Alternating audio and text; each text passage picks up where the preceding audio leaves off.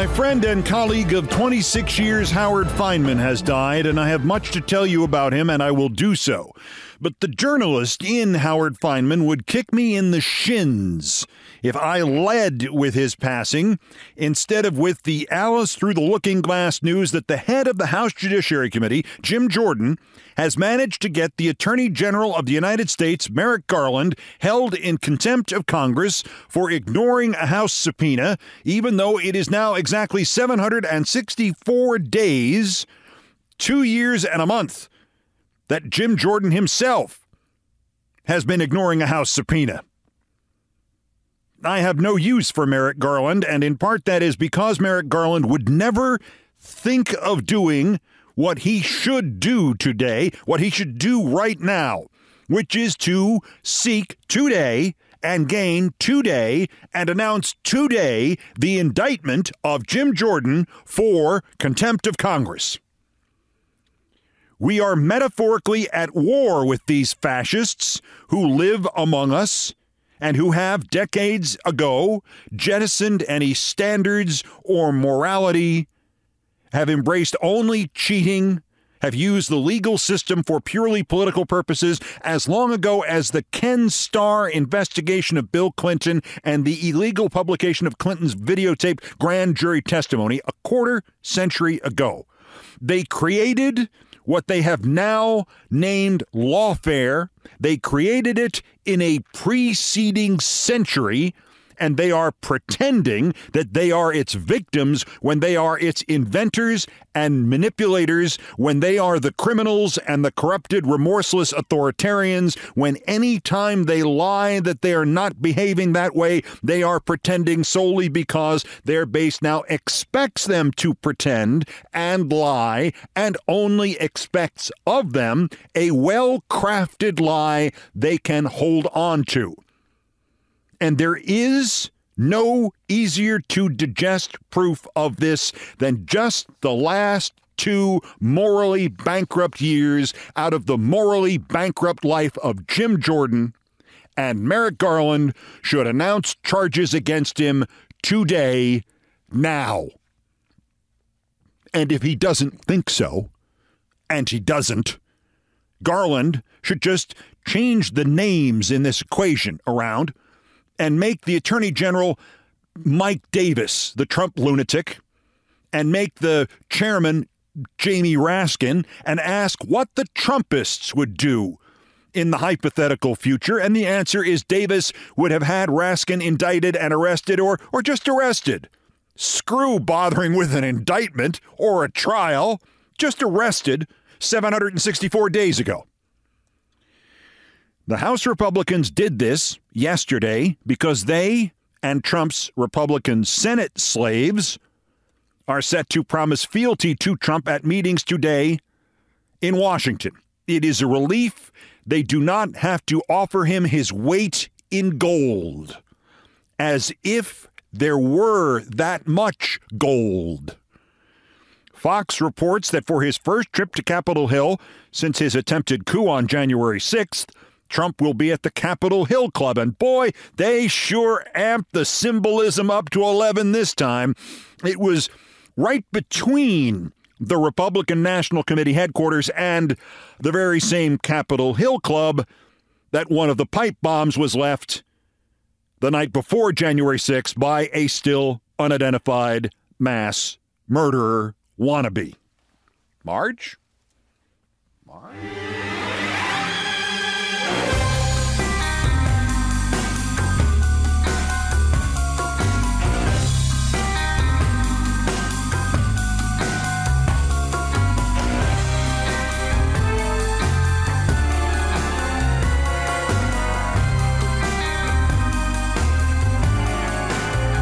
Of course, by the time of those kiss-the-ass meetings between Trump and the Republicans on Capitol Hill, America may have figuratively already been blown up. The Supreme Court will issue rulings on pending cases like, maybe Trump's fabricated monarchical concept of, quote, presidential immunity. We don't know which cases the court will rule on today. We don't know when. We do know They scheduled 2 days for publishing decisions, which is an unusual step for them. And yes, you're right, Sam Alito. Tomorrow is Flag Day. Why do you ask? If you were hoping that somehow Democrats would get a first step towards mandatory Supreme Court ethics codes through on unanimous consent, well, why did you think that? Secondly, guess which Trump whore stepped up to proudly stop that? Lindsey Graham. Still more ripples in the pool of the conviction of elderly first offender Jay Trump. New Jersey's Attorney General and the Division of Alcoholic Beverage Control there are now reviewing the liquor licenses at the 3 Trump-owned golf courses.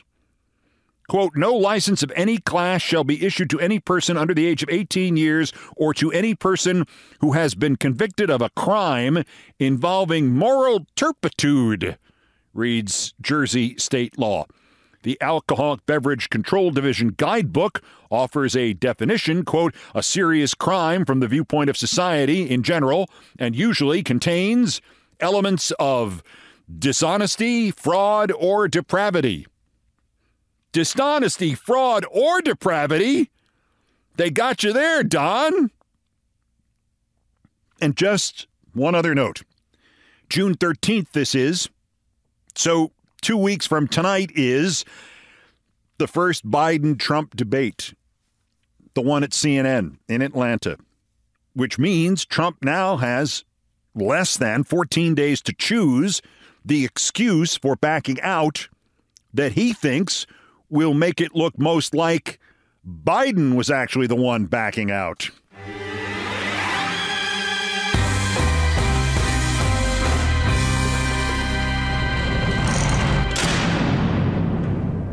This is Countdown with Keith Olbermann.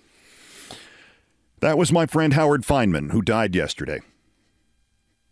After, and it is a cliche, a long struggle with pancreatic cancer. This is one of the worst of the diseases. And I will tell you the extraordinary story of Howard versus pancreatic cancer and how, despite the outcome, Howard won. At length in a moment. Howard Fineman told me in the middle of January last year, 2023, that he had been diagnosed, that they had found pancreatic cancer during another surgery, and that they had given him 4 to 6 months to live, and he was writing and then talking to me to say goodbye. And he died yesterday, having survived the disease and survived it extraordinarily well for 18 months. But let me tell that story in the correct chronological order. About a week before my 39th birthday in 1998, when I was the unhappy new host of a show on MSNBC called The Big Show, and we did things like this, I was in Hollywood, in Burbank, I think, on the set of Third Rock from the Sun, about to interview its lead actor, the great actor John Lithgow. When the producer of the show came to me and said, oh, by the way, slight change of plans, and I know I've told this story before, slight change of plans, we are going to instead be doing a talk back with Tim Russert because the president may resign. And then we'll do Lithgow, and we'll tape Lithgow now, and we'll get that out of the way, but we're going to do this first. And I went, say that again? And he went, well, we'll tape Lithgow now. He later became the president of MSNBC. I actually had to say to him, no, not the part about taping the actor. What was that about the president resigning? Suffice to say, shortly thereafter, I was on the air with the top-ranked person from Newsweek who would go on our air because our show was nothing. We had perhaps 100,000 viewers a night. Within a week, we would have 1 million. The man from Newsweek who consented to come on with The Big Show with Keith Olbermann, then in its, I guess, 3rd month on the air, not drawing any viewers, was named Howard Fineman. He was one of the political writers, and he was, if I remember correctly, if not the first guest, because the first guest was Tim Russert, but the first one to analyze what we were dealing with was Howard Fineman. I don't know that he knew me other than perhaps from ESPN. I did not know him. We immediately hit it off, At some point during the interview, he laughed at something I said, and soon we were bringing on Howard Fineman as often as we could, because Howard had a unique capacity to not only tell you the facts of a story, what was actually out there to that minute, but he could then assess what that probably meant in the next week, month, year to these key people involved in it. And then if you wanted him to express some sort of historical perspective or analysis of the pasts of the people involved, in this case, Bill Clinton, Newt Gingrich, Ken Starr, whoever you needed to know about. If he didn't already know, give him 20 minutes and he would have found it out from people that he trusted who knew the individuals. He was an all-purpose all-star for us. And as I began to become disenchanted with the journalism surrounding that story, the person who told me I was right when everybody else covering the goddamned Clinton Lewinsky story insisted this was the worst thing that had happened in human history and we needed to cover it 24 hours a day, and I said, sounds like they're trying to shoot the proverbial fly with a atomic bomb. The one person who agreed with me from the beginning was Howard Fineman, who said, I can't go full bore into this the way you are saying it, but I will backstop you anywhere I can. Say what you feel, and I will support what you say because you are right. Do not think I am somehow criticizing you by not going, yes, you're absolutely right. This is insane and illegal, and it is Newt Gingrich trying to become president of the United States because he really thinks it can happen, but that's what he's doing. Needless to say, as I became more and more disenchanted with the story, Howard Fineman became more and more valuable to me as a friend. And I talked to him more and more often off the air. And he was one of the few bright spots of a long year in which I had to cover that story while I was trying to extricate myself from a company that could not understand why I would want to leave a show that now had an audience of 50 or 60 times what it had when it began. When all of this at NBC News was available to me, if I just stuck with the story and kept telling it, Howard Fineman got it. Howard Fineman was an old-school newsman from Newsweek, and he'd been a great local reporter in Louisville and was a master of Kentucky politics. If you wanted to know about the Mitch McConnell of 1887, he would know. And he knew everything about Pittsburgh from where he was. At the end, I finally extricated myself from this, and again, one of the few people who called on the last day, because the NBC people were all mad at me. One of the few people who called me the last day to say goodbye was Howard Fineman. Not long after I left NBC in 1998 and went to Fox Sports, a box showed up on my desk on the Fox office in Pico Boulevard in Los Angeles.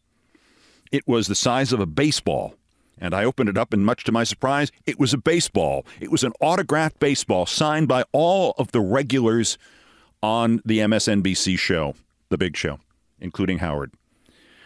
A souvenir, he said.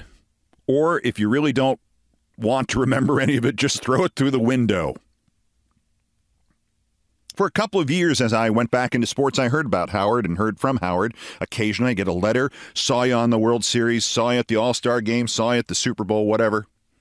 Always stayed in touch. And not stayed in touch because he thought, well, he's going to go back into politics someday and this will be my access to television. No, he stayed in touch. Howard stayed in touch with everybody. Howard was one of the original networkers in the best possible sense of that word. If you were in news and you did not know Howard Fineman and you did not know he was a good guy, guess what? I don't think you were in news. The first or second time I appeared as a fill-in host on MSNBC in 2003 as a little gratuitous mend some fences throwaway when I went back to what was supposed to be an NBC Sports Olympic hosting job at the 2004 Summer Olympics in Greece. I went over and did a couple of shows as a fill-in for Jerry Nachman, who was very sick, in fact, fatally sick. I got a call from Howard Fineman in the office. My God, you're back. What happened? He wanted to hear the whole story, and he wanted to come on, although we didn't cover much politics on that show. But soon we would cover politics again, because then I came back to MSNBC with the Countdown program, and Howard was the first person I asked them to make an arrangement with to be a regular contributor to the show. And as Howard would say, He was not a television great. He did not have the sexiest stories. He did not have the hottest takes. But as I referenced earlier, whatever you needed him to talk about, he knew it. And what he did not know, and sometimes what he already thought he knew, he would go and research fresh, just to make sure that he was giving you his best. Howard Fineman. I, in fact, did approach him when I left MSNBC in 2011 after they breached my contract and I went over to Current TV for a lot of money. I approached him about joining me there, about becoming a contributor or perhaps full-time, and he said, no, I have something else I'm working on. I'll be probably leaving in a year or two. And sure enough, he had, and he was one of the first people to recognize this. He was a, by this point, star at Newsweek. And he realized that Newsweek's shelf life was not very long. In fact, Time Magazine, The Washington Post, all the great news organizations of the early 2010s, they were not going to make it. Howard took a job basically running Huffington Post. And everybody went, you going to go do something on the computer? Guess who was right there? There's not only no longer copies of Newsweek on newsstands in this country, there are no longer any newsstands on this country. Howard Fineman saw it coming. Old school, and yet one of those few who saw the future coming. All this time I've stayed in touch with Howard Fineman, off and on, irregularly, sometimes bursts of conversation, phone calls, running into him somewhere. Sometimes a text, sometimes nothing for a year. And then, and I mentioned that my first contact with him was just before my 39th birthday. Just before my 64th birthday. So in January of last year, 2023, I got an email from Howard, and it was short, and it was sweet, and it ended with the word love. He'd had an operation, and I don't think I'm telling too much out of school, especially since Howard said, when I'm gone, you can say anything you want about me. You can tell any details you want. Because he won. And I'm getting to that. They had brought him in for surgery of some kind, and when he awoke, he was told he had pancreatic cancer. He had 4 to 6 months to live. He said he cherished our friendship. He was sorry to shock me. Goodbye. Well, not quite. Sometime in the middle of early spring, if that makes any sense to you, so sometime in late March or early April of last year,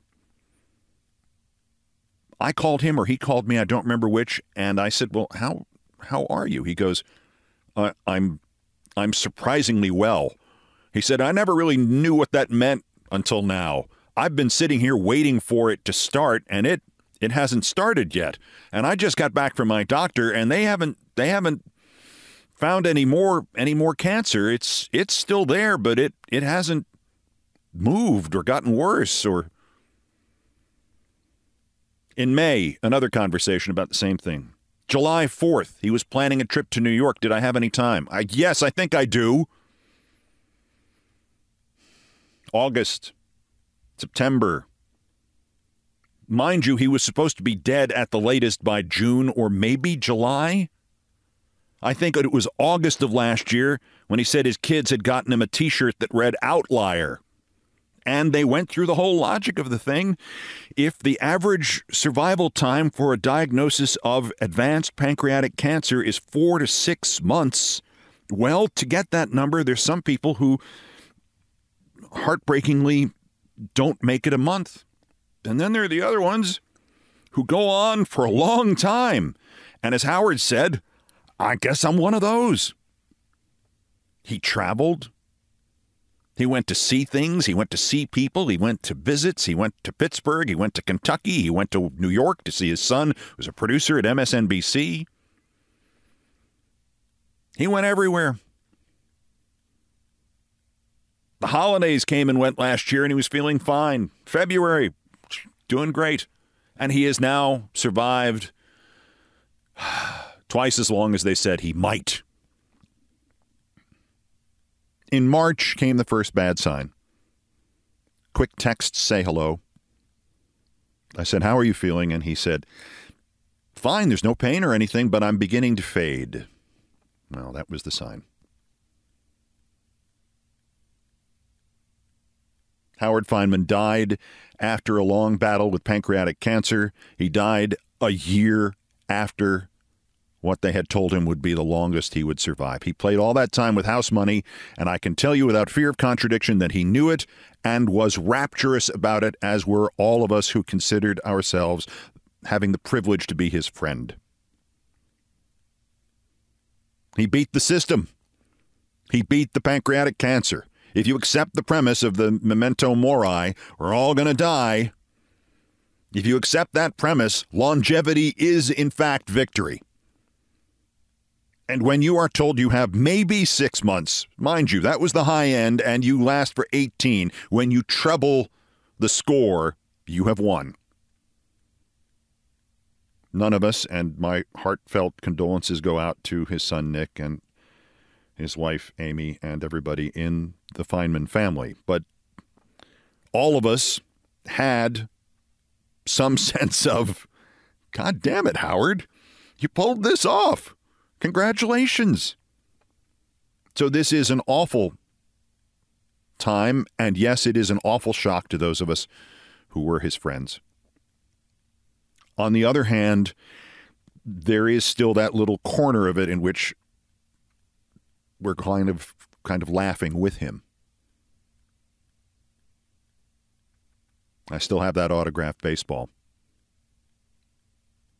It's still on my desk, along with all of my memories of Howard Fineman, Pittsburgh Pirates fan. Thank you, Howard. From the sublime to the ridiculous, I guess I'm going to have to talk about Katy Tur again. I'll do that next.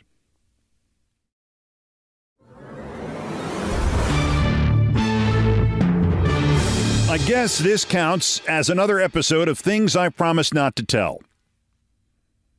Honest to goodness, and I know this will not sound like me, but I am getting tired of talking about my ex-live-in girlfriend, Katy Tur. As you probably know, on the air at the announcement of the guilty verdict in the Hunter Biden case on Tuesday, Katy Tur on MSNBC emphasized that Jill Biden, who flew to Delaware to be at the trial, was not, as she put it, Hunter Biden's birth mother. The wrath of anger from people who have mothers who may not be biologically their mother, their birth mother. There might be some other consideration involved in this. The wrath of people for whom that is true has actually, I think, been exceeded by the wrath of people for whom that is not true and who are just offended by that remark. The latest in a series of indefensible remarks from a woman who I once loved, who proposed herself as the mother of my children. So this issue of motherhood, as much as I really am tired of talking about her and the things that have happened to her and have changed her in the last decade, I don't feel like I have any option but to talk to you about them. Because this issue of motherhood is essential to the history of my relationship with her, and I would argue it is essential to her history. And I think things have escalated or decomposed to the point where there is no rationale for continuing her career as an anchor if it has anything to do with politics in this country. Something has warped her perception of reality and the reality we are in and the, frankly, reality of the network she is on. MSNBC is not supposed to be a liberal network. It is supposed to be a true network. That these things tend to overlap a lot is actually coincidental. But she seems to be rebelling against reality. And it is come to the fore now. It was also described, what she said on the air on Tuesday, And I did not hear these things, and I have not seen clips of them, so I cannot verify this. But it was described as an emphasis on her part about who's the biological mother of Hunter Biden. As someone phrased it on Twitter X, Katy Tur wants you to believe that President Biden is showing signs of dementia because he referred to Hunter as our son, meaning the our being him and Jill. I cannot verify that that was said. I don't doubt for a moment that it could have been, and she would have meant that. The one component to this that I think I can actually add in terms of people's understanding or decreasing their understanding of what is actually going on here is that Katy Tur is herself a stepmother. Her husband was previously married. He has 2 children. There's nothing wrong with that. They live in Israel. There's nothing wrong with that. I do not know to what degree her relationship with them is good, bad, or indifferent, or infrequent.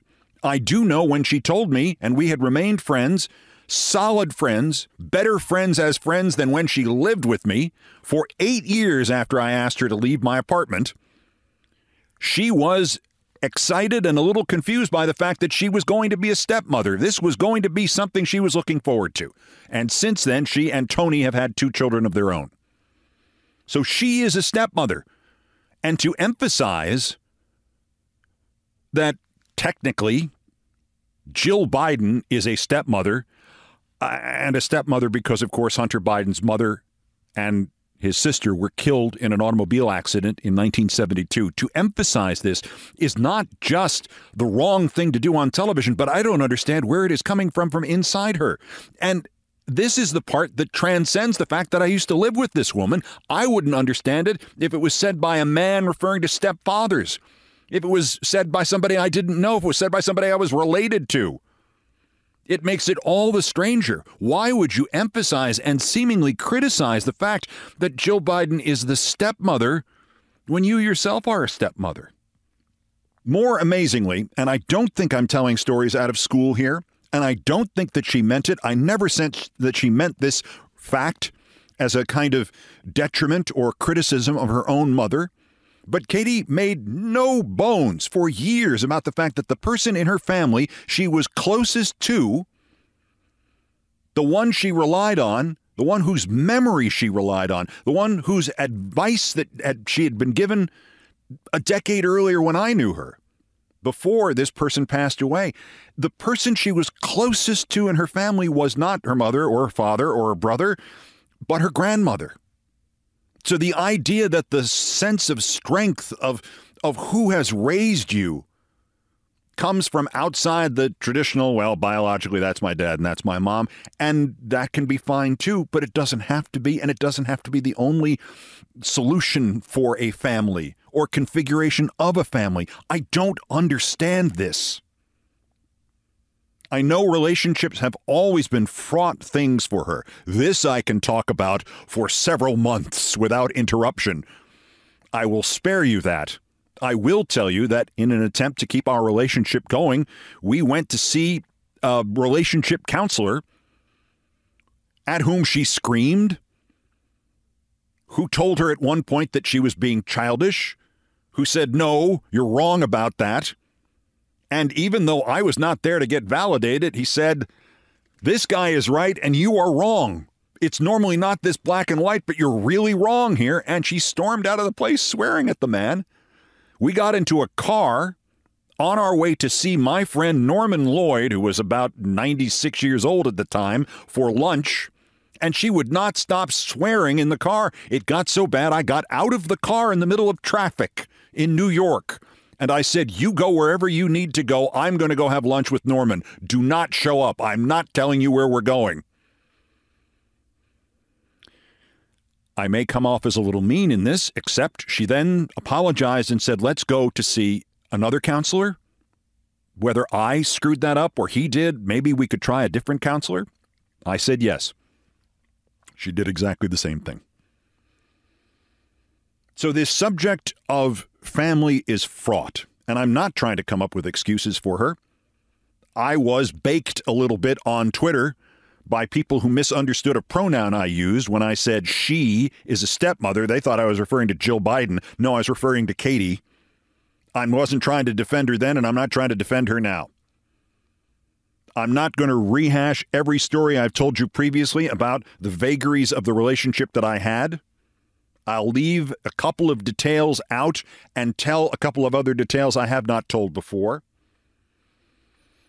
There was physical violence in the relationship, not a lot of it, but periodically when she would get frustrated, she hit me.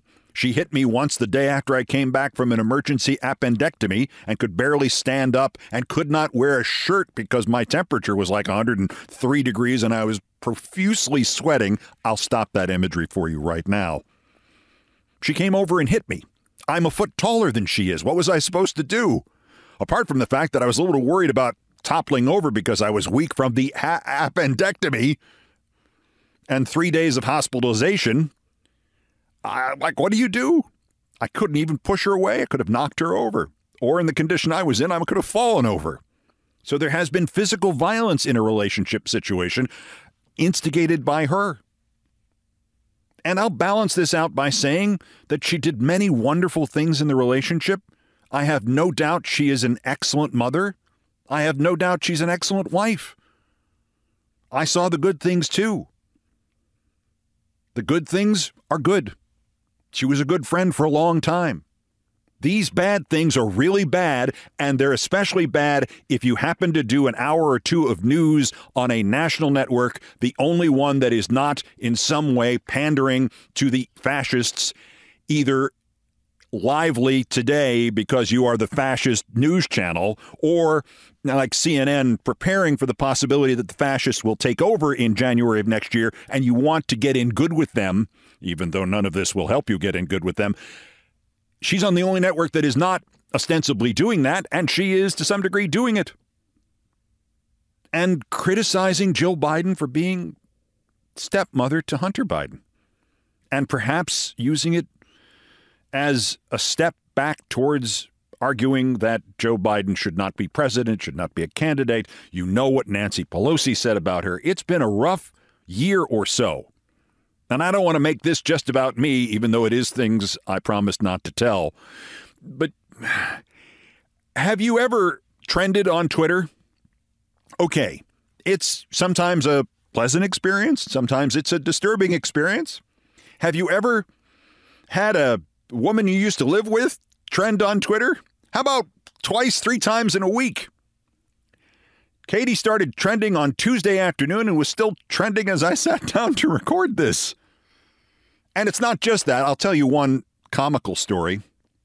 No, I'll save that for the end. I wanted to make the one point about the professional element here. Things were, as I said, really good professionally.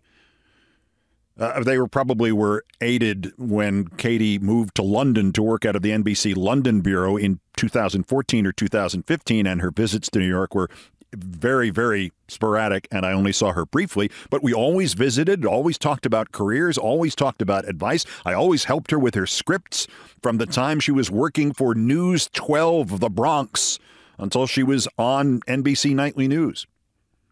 Helped her write the scripts, rewrite the scripts, suggest things she could look into, tried to steer her away from problems. When she was assigned to cover Donald Trump's campaign, she knew next to nothing about Donald Trump, even though we had lived together in a building that was called Trump Palace at the time, and she knew next to nothing about Hitler. In any event, things changed late in the campaign of 2016. And I have always wondered if something between Stockholm Syndrome and the impact of having your life threatened for doing your job on television combined to change her in some way. But one day late in the campaign, I got a call from Katie, and mostly I heard from her by email or text, especially when she was on the campaign. And one day I got a call from her criticizing me for saying something mean about Kellyanne Conway. If anything on the left is universally agreed upon, if anything in the middle is universally agreed upon, if anything of all the people, the entire subset of human beings who know Kellyanne Conway is agreed upon, it's that Kellyanne Conway is not only one of the worst persons in the world, but also has, and I mean this metaphorically, the skin of a crocodile and 3 elephants, wearing armor on top of all of that. And Katie Tur called me and said, you really shouldn't say such terrible things about Kellyanne Conway. And I said, why not? Am I repeating myself? And she said, there are bad people on both sides. There are threats on both sides. And I said, I didn't know that I was supposed to prevent threats being made against someone who is trying to get a fascist dictator, and this is 2016, a fascist dictator who's out of his mind and kept a book of Hitler's speeches on a bedstand, trying to get him elected president of the United States, where he probably, when he is ever supposed to leave office, will probably not go voluntarily, as I said to her in 2016. I did not know I had to defend her or to somehow mute my comments because, what, she's your source? There's a long silence. Katie would not confirm she was one of her sources. She later did confirm that. But there was genuine anger in her voice. No, you should take that back. And she was totally confused about why I refused to delete the tweets in which I had called Kellyanne Conway a liar and far worse than that. And the name Kellyanne Conway would come up again when she wrote her first book. I've told before the story of Katie coming to me late in 2016 or early in 2017 and asking me to write her book about the Trump campaign and her experiences on it for her. And I said, I think they'd catch us. And then she said, well, I'm going to have to give the money back because I can't write a book. And the next thing I knew, the book was out. In the interim, I had given her all of my files on the Trump campaign and on Trump, probably amounting to, in a computer, 400 pages worth of links. And she said, what's the price for this? And I said, of course it's free. Just use it in good health. I said, don't leave me out of the acknowledgments. The book comes out, I'm not in the acknowledgments. The book comes out, I'm not in the book, except for one story. The story? The Kellyanne Conway story, her defense of Kellyanne Conway. And there were some platitudes about how I was always a wonderful person and I've been a great friend to her. But I was only in the book mentioned once as somebody she had briefly dated in her 20s because she wanted to tell the Kellyanne Conway anecdote. I've mentioned before that she was promoting the book. The Washington Post wanted my comments on her and on the book. She asked me not to talk to the Post. I said, fine, whatever you want. She said, I'm not talking to the Post. A week later, the article came out in the Post. She had talked to the Post. She had lied to me to get me to not talk to the Washington Post. Several months later, the New York Times came out with a whole story, and in the middle of it, her former boyfriend, Keith Olbermann, refused to comment to the New York Times for this article. I'd never even heard of the name of the writer.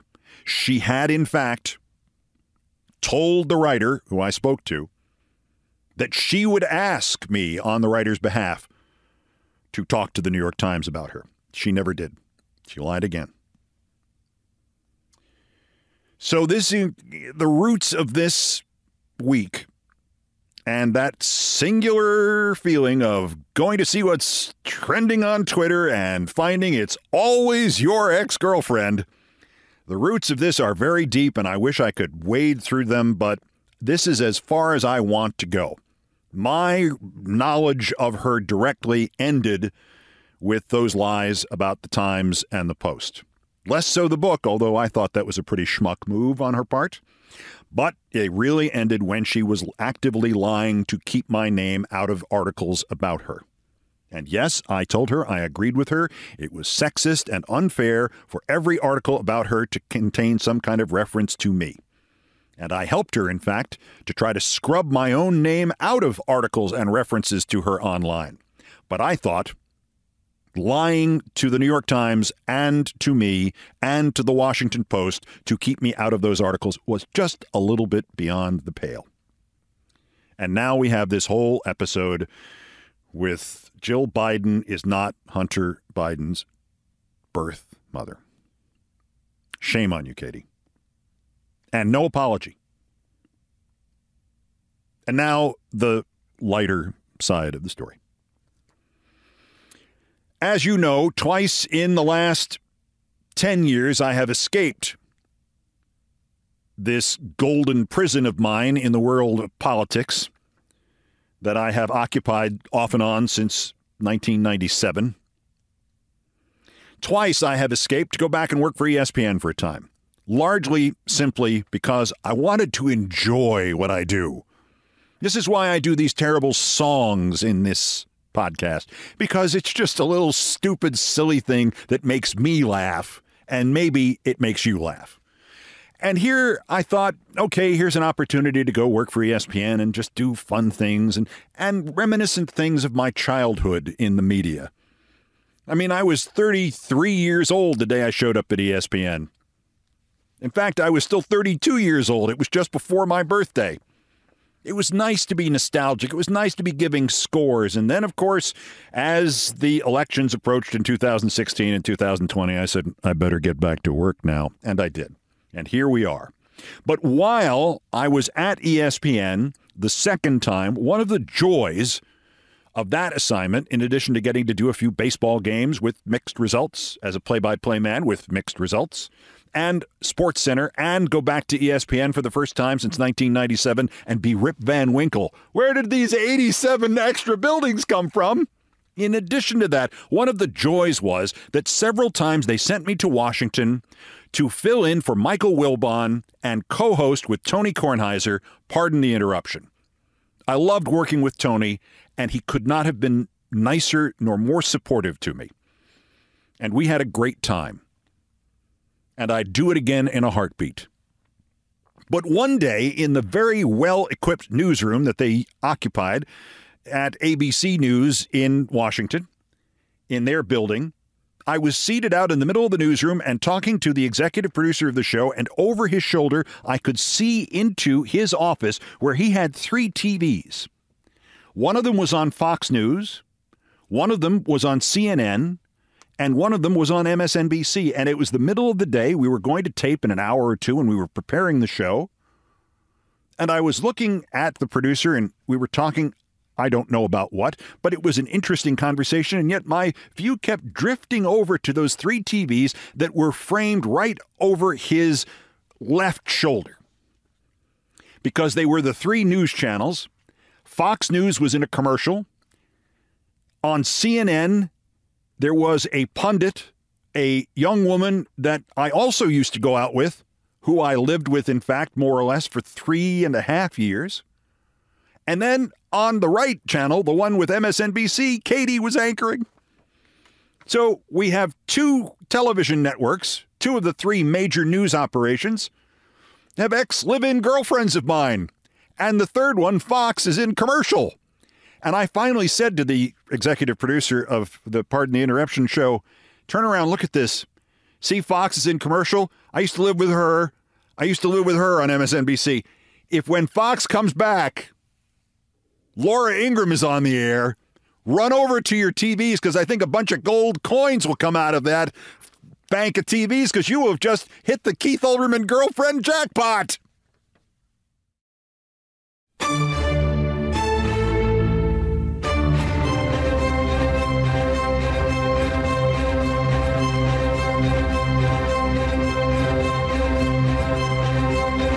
I've done all the damage I can do here. Thank you for listening. Countdown musical directors Brian Ray and John Philip Chanel arranged, produced, and performed most of our music. Mr. Ray was on guitars, bass, and drums, and Mr. Chanel handled orchestration and keyboards. It was produced by TKO Brothers. Other music, including some of the Beethoven compositions, were arranged and performed by the group No Horns Allowed. The sports music is the Olbermann theme from ESPN2. It was written by Mitch Warren Davis, courtesy of ESPN Inc. Our satirical and pithy musical comments are by Nancy Faust, the best baseball stadium organist ever, and everything else was pretty much my fault. So that's Countdown for this, the 146th day until the 2024 presidential election, the 1,255th day since convicted felon Donald J. Trump's first attempted coup against the democratically elected government of the United States. Use the July 11th sentencing hearing, use the mental health system, use presidential immunity if it happens, use the not regularly given elector objection option to stop him from doing it again while we still can. The next scheduled countdown is tomorrow. Bulletins as the news warrants. Till then, I'm Keith Olbermann. Good morning, good afternoon, good night, and good luck. And this episode has been dedicated to the memory of my friend, Howard Fineman.